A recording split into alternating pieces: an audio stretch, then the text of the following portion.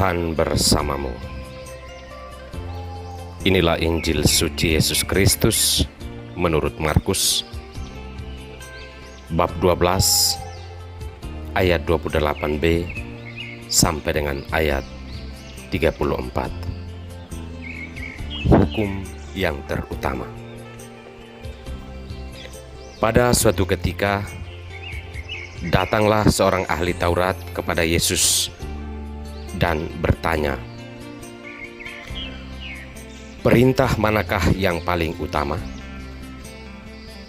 Jawab Yesus, "Hukum yang terutama ialah, dengarlah, hai orang Israel, Tuhan Allah kita, Tuhan itu esa. Kasihanilah Tuhan Allahmu dengan segenap hatimu, dan dengan segenap jiwamu, dan dengan segenap akal budimu, dan dengan segenap kekuatanmu. Dan hukum yang kedua ialah, kasihilah sesamamu manusia seperti dirimu sendiri.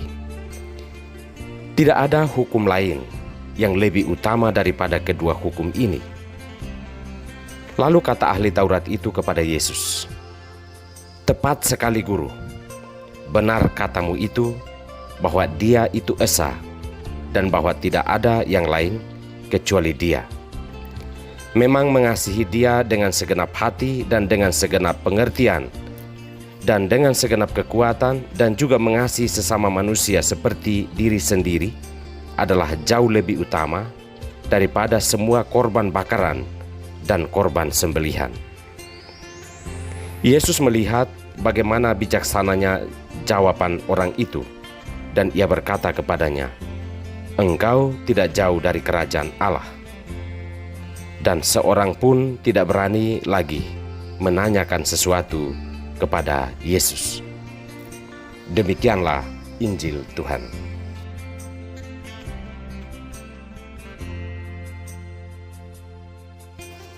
Orang bijaksana memahami jalan Tuhan. Inilah sampan bersama saya, Pater Domikevi SVD. Saudara-saudariku terkasih, Indonesia telah merdeka sekian puluh tahun.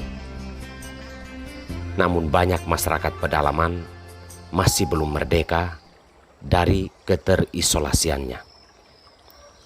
Setidak-tidaknya ini pengalaman saya di tempat kerja saya sebagai seorang pastor.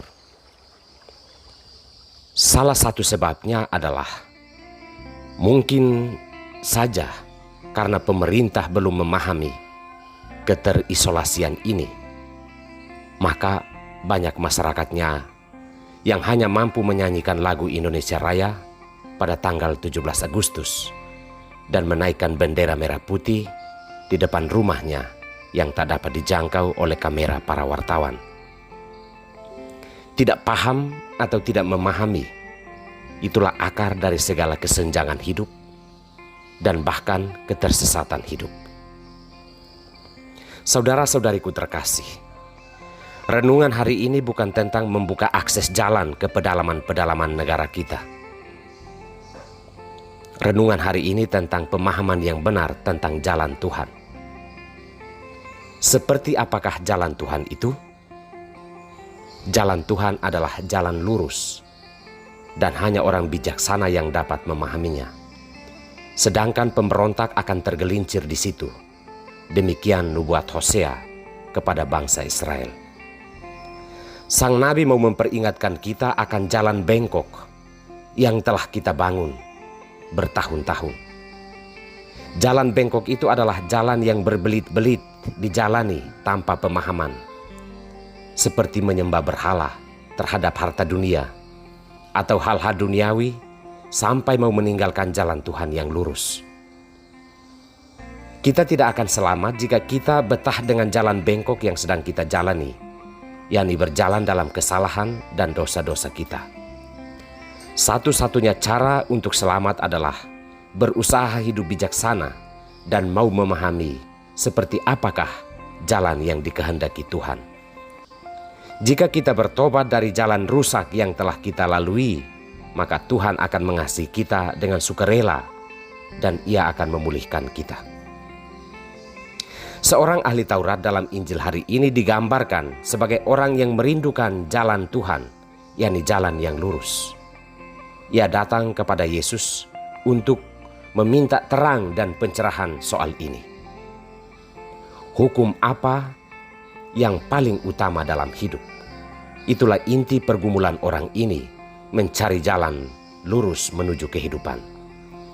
Jawaban Yesus akhirnya membuat dia sadar bahwa yang terpenting dalam hidup adalah mengasihi Allah dengan seluruh diri dan mengasihi sesama seperti kita mengasihi diri sendiri. Orang ini menemukan jalan lurus, yakni jalan Tuhan. Dan Yesus mengatakan kepadanya, "Engkau tidak jauh dari kerajaan Allah." Saudara-saudariku terkasih, kita boleh prihatin dengan jalan-jalan dunia sekitar kita yang belum diaspal, belum dilatrik, dan belum dibuka akses jalannya. Namun jauh lebih penting kita harus prihatin dengan jalan hidup kita yang sering bengkok dan berbelit-belit untuk menemukan jalan lurus atau jalan Tuhan. Kadang kita menciptakan berbagai alasan untuk menjauh dari jalan lurus karena kita terlanjur nyaman dengan jalan yang kita bangun untuk mengibuli sesama dan mengkhianati Tuhan. Marilah kita berjuang untuk menemukan jalan Tuhan, jalan lurus, dengan cara bertanya dalam hati, apa yang paling utama dalam hidup kita. Tuhan memberkati kita semua.